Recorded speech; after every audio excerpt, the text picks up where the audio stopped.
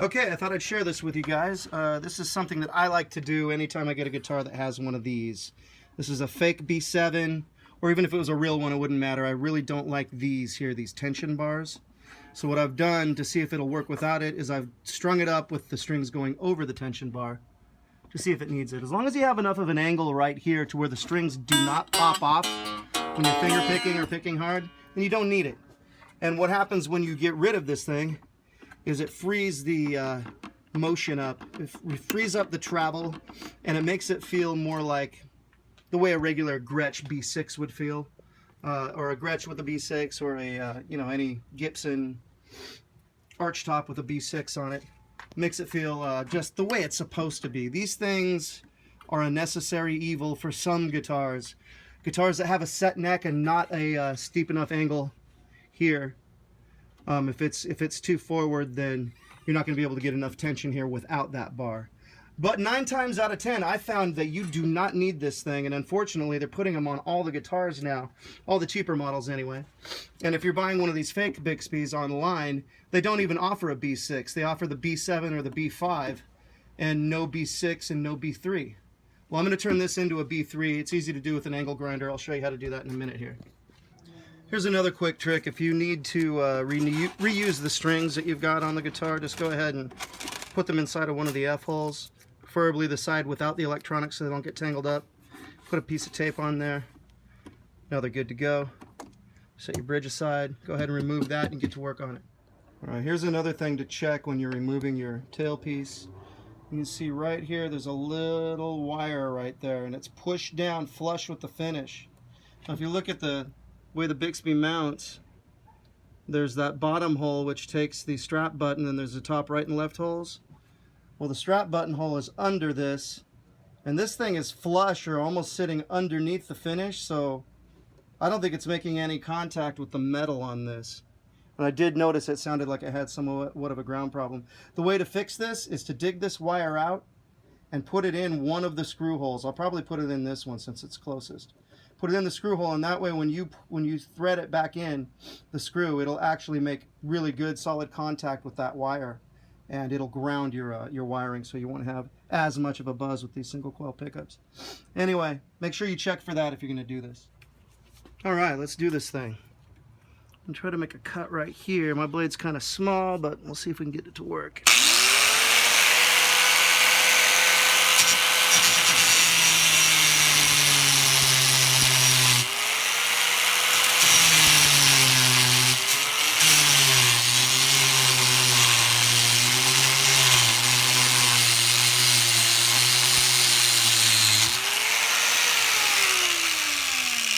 Nice clean cut. Let's flip it over and do the other side.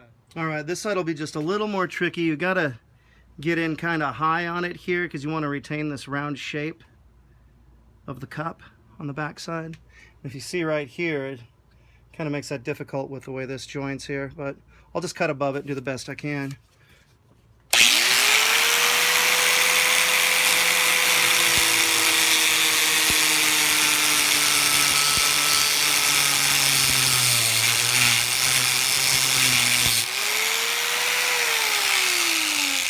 Tighten it up. Take a second pass at it.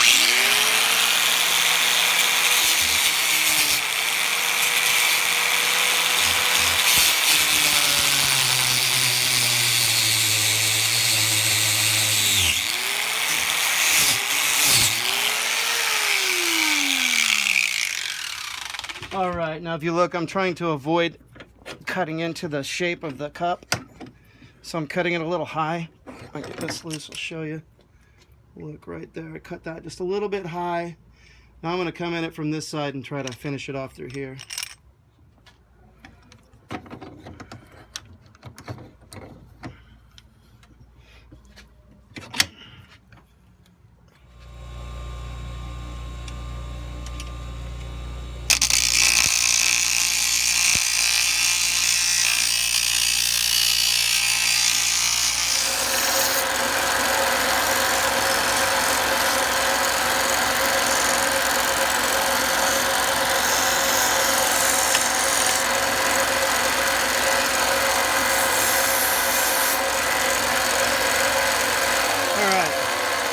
So the next step after this, let me get this in here. The next step after this would be just to polish it. We've got all the shape there. Got the cup shape. It's just looking dull. I'll probably do it next time I change the bridge or something. I'm going to cut a bridge for this thing next week. So I'll probably just pop it on, string it back up for now. Break the guitar in a little bit more, and then next week I'm going to put a new bridge on it, and when I do that I'll go ahead and polish this stuff up. Okay, so about that wire. If you can see this, I pulled it out of this hole and I fed it into the hole that the strap peg goes in. Now you can see when they put this on there, the paint was probably still pretty soft, because when I got this guitar it still smelled like paint. But anyway, it pressed way down into the finish, and so I don't even think that this wire was making any contact with the bridge at all. And if you don't have a ground wire going to your bridge, your guitar is going to buzz a lot, so make sure that you put one in there. Eventually I'm probably going to upgrade the electronics on this, and I'll put a thicker ground wire, but this will do for now, and it's going right into that hole. Okay, so a few things about the finished product here. You may notice there's a couple holes there, but the Bixby itself looks like a B3 now, right? And it works the way it should. But one thing you might notice is this spring is too long. You need to trim it down a little bit. You could just trim the whole back side of it down if you want, and then check it on the grinder, which is probably what I'll do, as opposed to cutting a piece of it off. I'll probably just shorten it and then check it. Make sure I don't go too far. Do it in increments. Okay, and then as far as these are concerned, these holes, there's a few things you can do about that.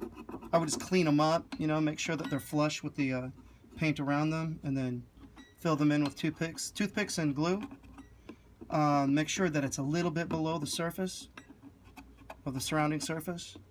And after that's done, then you can go ahead and fill it in with like maybe some fine like wood dust or baking soda.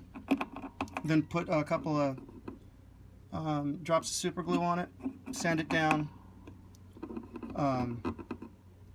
color it with like a Sharpie, like one of those gold Sharpies, and then do the same thing, super glue over the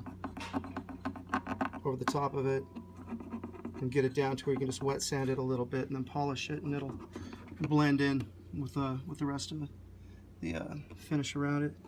That's the easy way to do it. Another way is just never drill the holes in the first place. This guitar never needed it. Look at this angle here.